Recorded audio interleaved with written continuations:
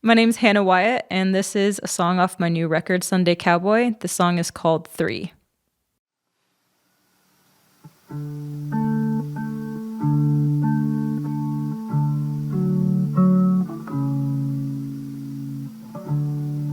In the dusk we watch the new puddles form. In the glances you try to keep my hands warm. Feudal natures, can we both just let them go?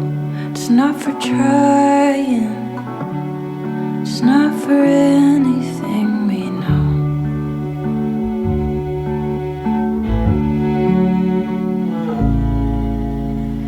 Hyacinth and honeybee, fair beneath the willow tree, baby's breath and bended knee.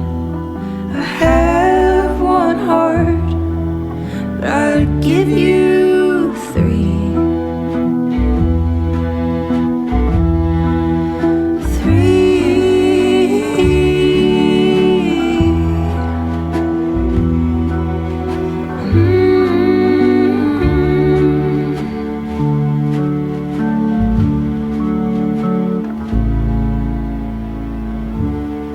Red and velvet, warm as old tapestry, with your lips soft, where my hands used to be.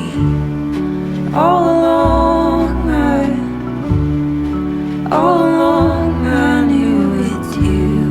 Now I'm crying, but it's not because of you.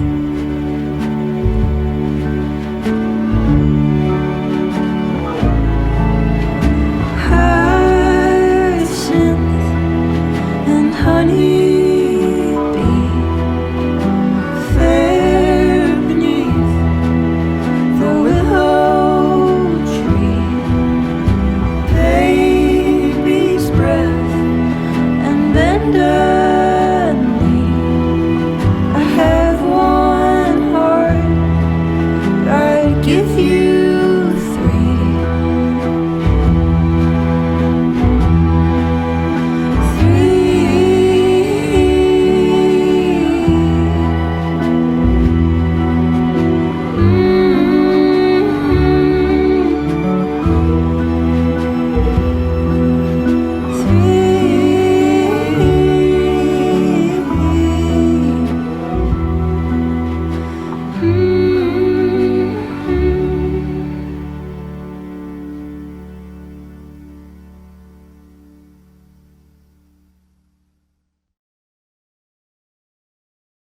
Welcome to Shut Up and Listen. My name's Tim Mechling, and today we have Hannah Wyatt on the show.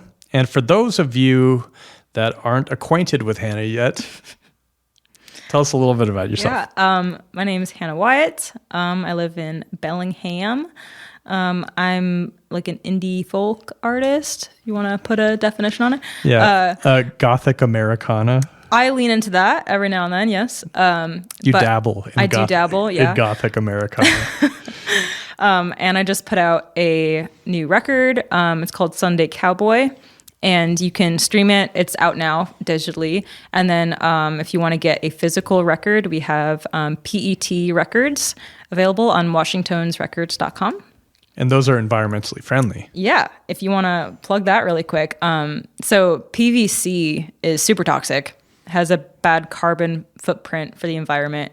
Off gases in your own home. So there's been some companies lately that have been making records with PET plastic, which is recyclable. It's really environmentally friendly, and it's super durable. It's like really thick.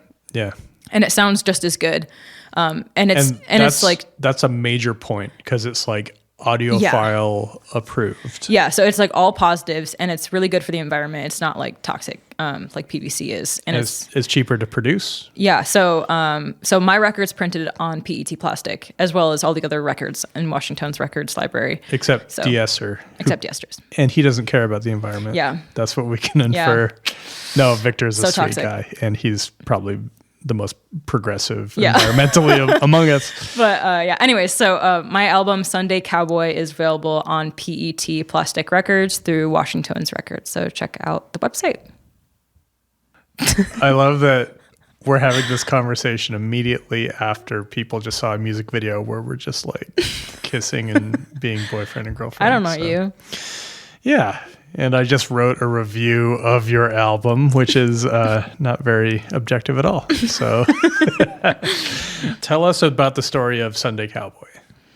Well, I put out a record last year in the spring, Hummingbird. And then I think starting around then, I started to write the first few songs of Sunday Cowboy. And it slowly accumulated. And then earlier this year, I got to like the tipping point where I was like, I have enough that I could put together an album. So there wasn't a firm A to Z in mind. You weren't like... No, that came later. Okay. Yeah, so it was more like your process of songwriting is more like inspiration strikes you, and then you start writing, and then you start recording, and then it's done, and you move on to the next song.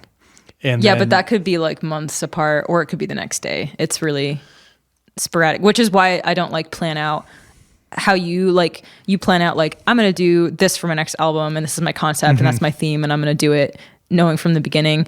I don't operate that way. So it took me like getting to like 70% done to be like, I can see how these puzzle pieces fit together. And then I was like, I want to structure it so it starts out like lighter and folkier and brighter, and then it slowly gets darker and more like moody indie by the end. Because I feel like those are kind of my two polarities that I kind of like flirt back and forth with, is more of like a fiddle and banjo and sort of like country style with like pedal steel and stuff. And then there's also the side of me that loves like the Radiohead vibe and wants to lean into that.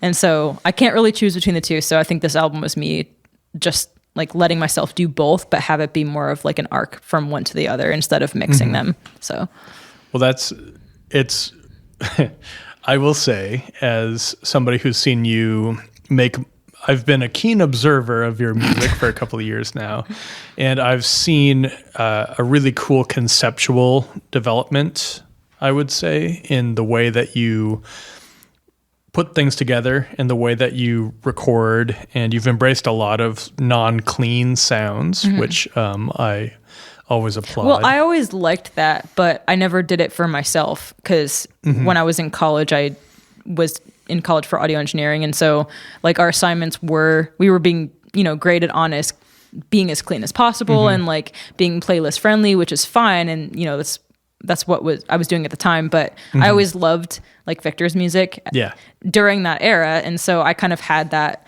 internal like dissonance of like, I want to do this thing, but I'm not doing it yet, and I don't know how to do it. And so now I feel like I have the tools at my disposal. It would be cooler in the future to like use like real tape machines and use more analog gear, but for right now, this is what I'm doing. Well, that is a bottomless pit it is. Of gear acquisition. Once you start going into the analog realm and using outboard gear. I was talking to a guy at work today, and I was like, yeah, I'm trying to get more outside of the box when I record music. And he looked at me, and he had like the 1,000-yard stares, like a Vietnam vet would have, and he said, "I've never been in the box, brother. Not once. God. Not once have I been in the box." What does that mean? What does he do? Only outboard gear. He said that he attended a community college class on like audio engineering once, and he just pieced out. Oh, gotcha. And he was like, this ain't me. Yeah. Well. Yep. He's got to be patching cables into stuff. Yeah. He can't be using plugins. I mean, that'd be cool one day. But would be cool one where day. I am right now is using free tape emulators. Especially since when you see like actual like audio engineering pros take the Pepsi challenge and they can't tell the difference between a tape emulation and, you know, the real deal, you know, but it is like on principle, it's cooler to do it. Yeah. with, I want to do it for the stuff. principle of being able to say that I did that. Yeah. It's just like everything's tape. We had razor blades. We were chopping and splicing and, you know, everything you hear. Well, we do have a reel to reel. Yes. We should. But it leaves the ghost of that's true.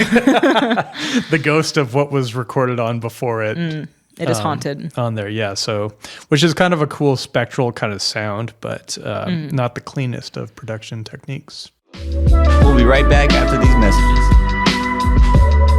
We'd like to give a special thanks to Lost Giant Cider Company, always providing us with our cider beverages and the best of the cider beverages. Visit Lost Giant's tap room in the heart of Bellingham at 1200 Meter Avenue in the Haskell Business Center. It's just down the street from Lakeway Fred Meyer. Menace Brewing, located in the Fountain District, is where flavor is unleashed. It serves as a local hub of craft beer and community. Recognized as the neighborhood's premier soccer hangout, you know I love me some soccer. Menace Brewing isn't just a brewery, it's the go-to spot for sports action and local engagement. Visitors can catch the game, connect with fellow fans, and immerse themselves in the heart of the spirited community. Menace Brewing invites everyone to join them, where every visit feels like coming home. Experience Menace Brewing in Bellingham today. And welcome back. So these songs are pretty much off the top of the noggin for this album, right? There's nothing you were kicking around for a couple of years. Let me think. Yeah, I think most of it or all of it was new, except "Drunk in the Rain," which was stolen from your song.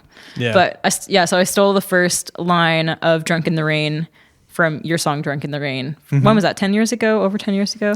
Thereabouts. And then I, made my own song from it. But I think that's the only like callback to an older piece. Yeah, I think. And more I of might be like wrong.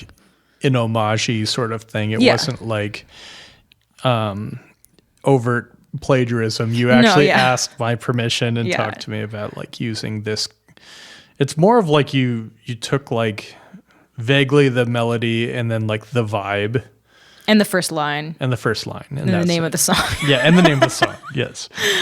But yeah, like I said, that version was recorded a long time ago by my cousin, Jordan Schaff. Shout out, Jordan. I love you so much. Sorry it didn't work out on that album.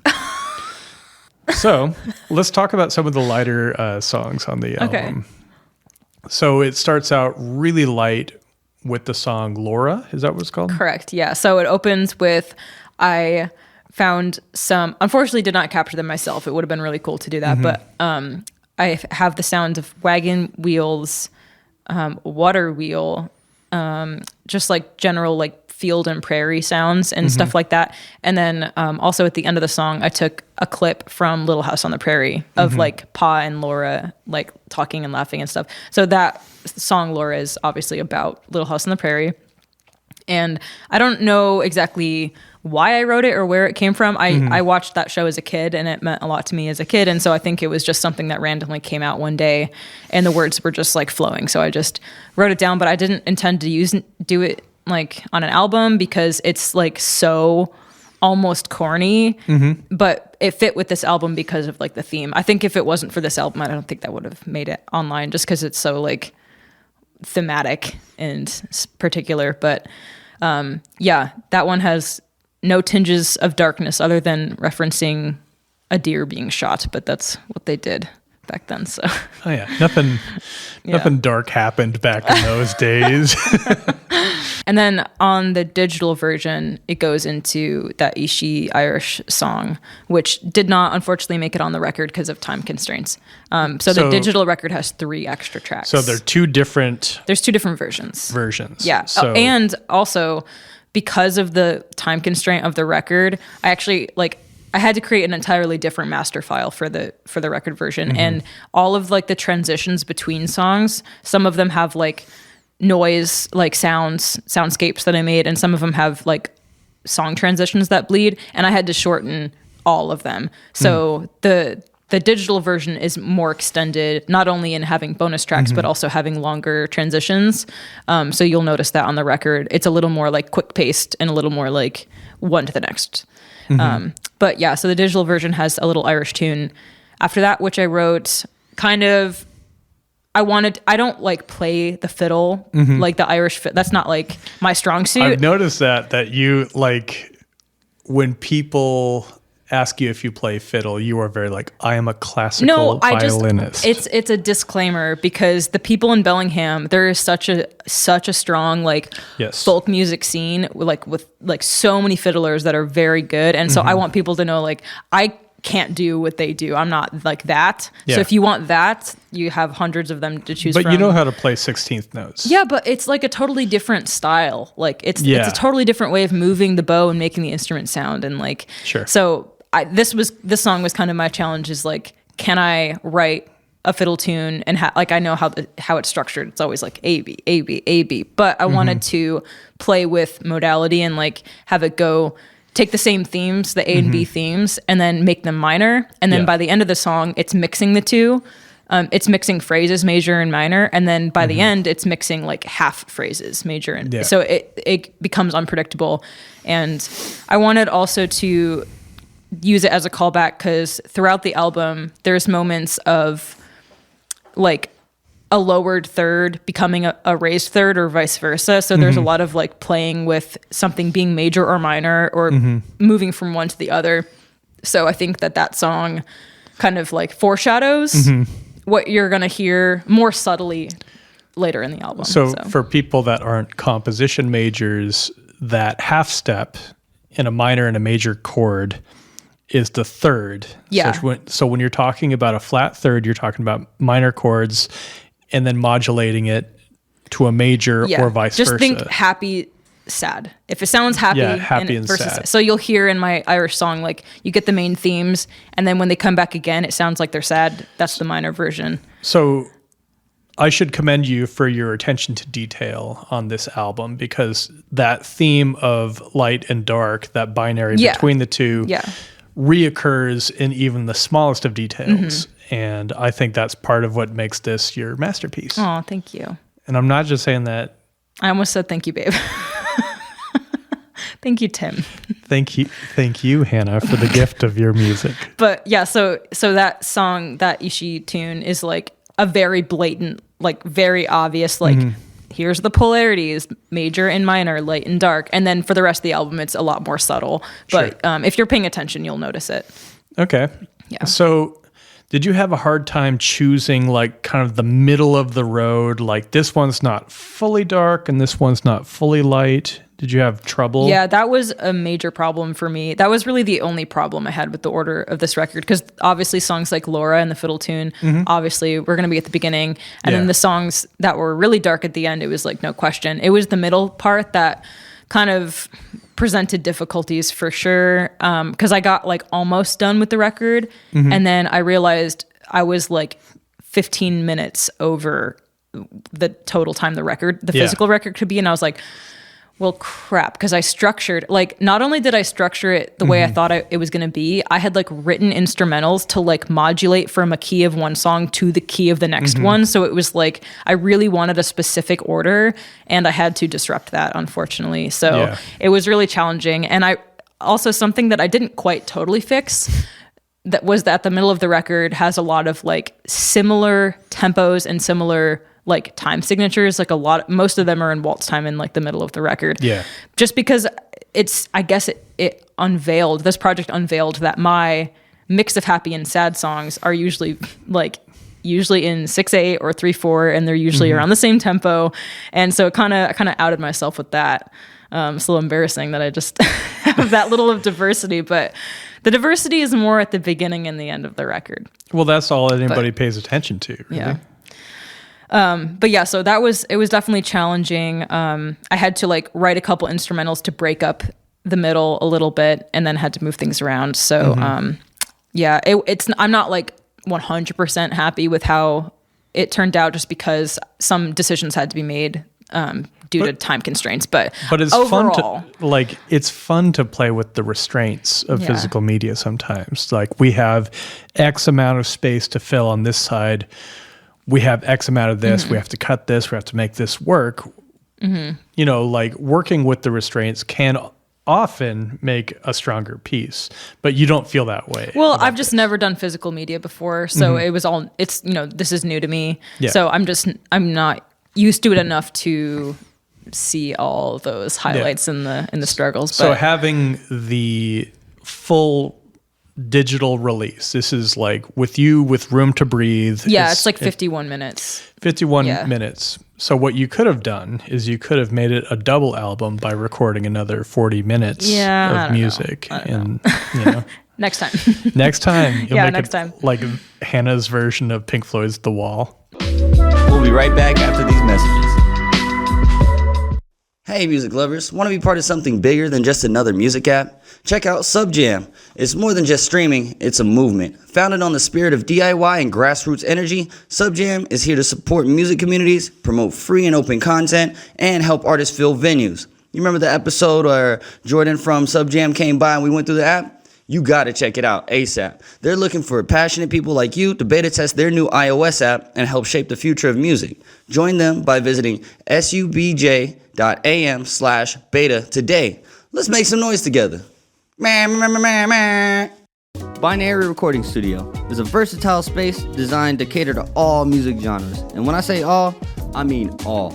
If you're into jazz, rock, hip-hop, or anything in between, Binary is equipped to bring your music to life.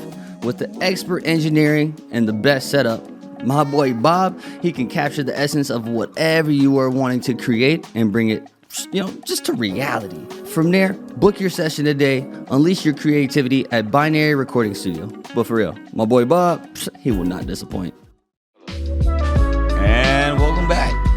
I think that's probably the most fundamental difference between you and me is that for you, listening to music is a comfort. It puts you in a place. It's like escapism. It's escapism or and it's nostalgia. Kind of a at-home feeling. Yeah. And for me, maybe it's just ADHD brain or something, but I am like voraciously devouring new experiences when I listen to music. And stuff you don't like. Like you'll intentionally finish a song that you don't like from the very beginning because you want to like challenge yourself too. And I commend that. And I wish I had that fortitude.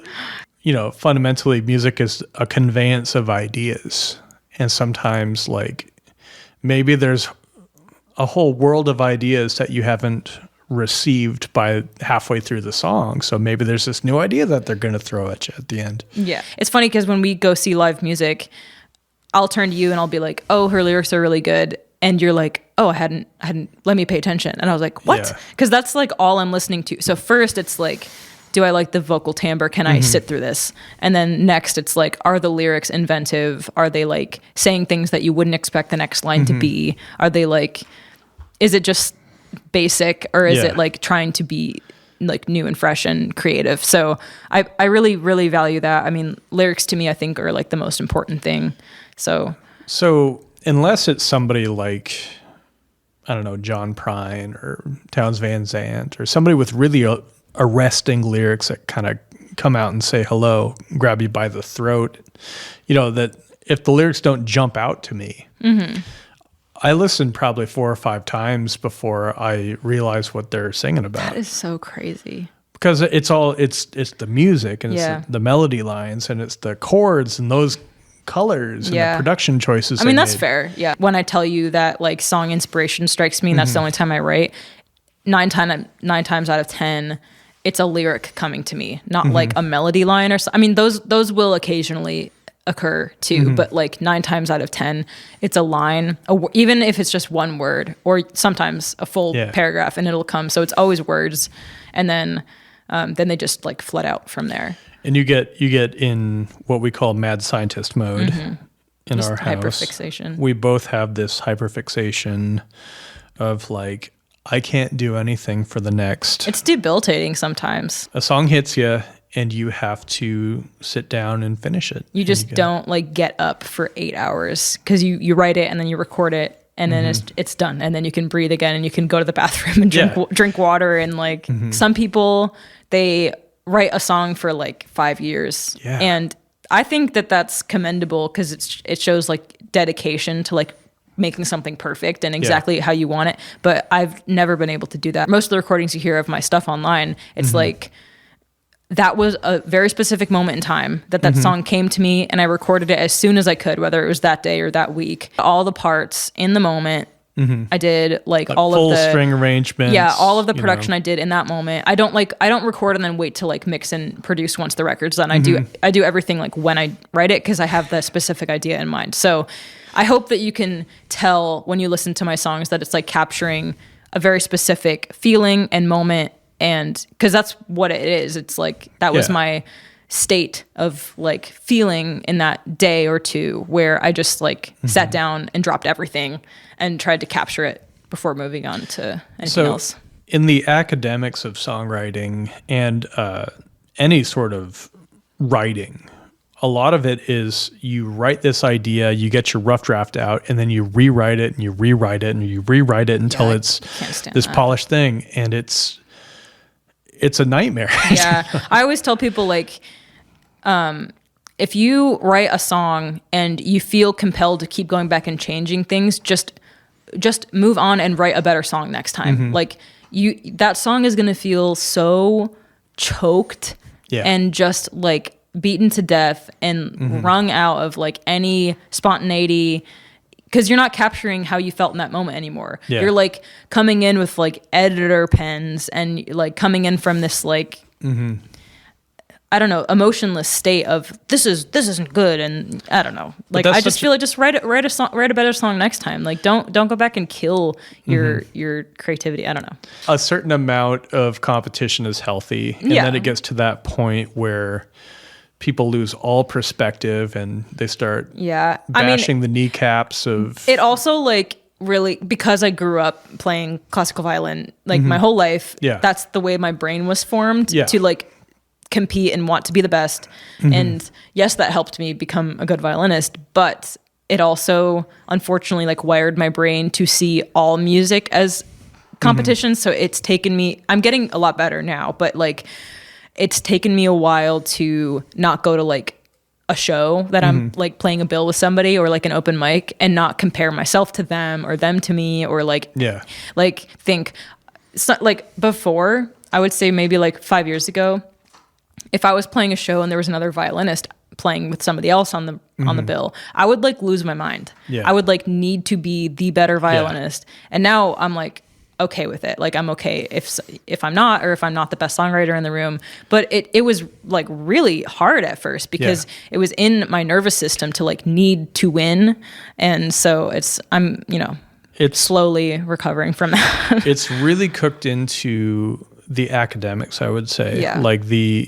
Like to be an ambitious young person is to be constantly in competition with other people. And it's like these GPAs, who's salutatorian, who's, who's valedictorian, who got into what college. And but it also feels so good when you're on the upper side of it too. Oh yeah. So it's like, it is toxic, but it's also like, it's addictive, and it feels really good when you are winning and when you are on top. So it's hard to move on from that mindset. Like people, the phrase that I keep hearing that has helped me like kind of think less like competitively is that like something along the line of like it's not like one pie and there's only a certain number of slices. Like there's room for everybody, and I totally see the validity in that, but it's really hard for me sometimes because like that's just not what I know. Like for example, in an orchestra, like you audition and then you're placed in your seats based on this person's better than that person, and that person's better than that one, and that one, and that one. And it's in order of who's the best. It's a firm hierarchy. Yeah. And it's like, there isn't pie for everybody. Like you're assigned a slice and like the orchestra. So it's like, I want to fully live in the mindset of like, there is room for everybody. I don't need to compare myself to somebody else at the show. And it feels so much better when you're thinking that way and you're not like, all like, that's not a good feeling. And like, I hate feeling like that. It's hell on earth. But I've gotten a lot better. I think ever since you've known me. Growing up, I had a superior superiority, inferiority complex. And like, if somebody was better than me at something, I had to rationalize it with like, oh, well, I'm better at drawing than they are. I'm better at playing piano than they are. And then when you grow up and it turns out somebody's a great juggler, you're not like, oh my God, like I can't, like I don't even know how to juggle. You don't do that math anymore. You're just like, fuck yeah, juggling's cool. Yeah. It's a net positive that they do it. So I think kind of what you're saying is like a rising tide lifts all boats. Like it doesn't take away from your success that somebody else has a cool album. I am getting closer to embodying that like more fully every day. It's hard. Sometimes I have bad days and sometimes I have good days. So that said, depends, Sunday Cowboy by Hannah Wyatt is the best album of 2024. Get it right now. So Congratulations. You're so toxic. No. I'm joking. There's actually a staggering amount of really, really good music coming out right now. I love yours a lot. Oh, thank you. There's I know like you a have whole to say that, but thank you. Well, there's a whole universe of like incredible music happening right now. I feel like this is kind of a Bellingham Renaissance moment, and you're a very tiny part of it. Yeah. Well, let's roll out the red carpet for you. Where can people find your music? I'm on all the streaming stuff. Bandcamp would be obviously preferable because they actually pay you. Yeah. So Bandcamp would be great. And if you go to my Bandcamp page, I have my physical record there too. But go to washingtonsrecords.com as well and check out their website because my record is available there too on the merch tab. So just look me up, Hannah Wyatt. I'm on all the stuff, and look up Washington's Records. Give them a little scroll through by the record, and Cool. Well, it's been so lovely to have you on Shut Up and good Listen. to meet you, Tim. Yeah, it's been a pleasure.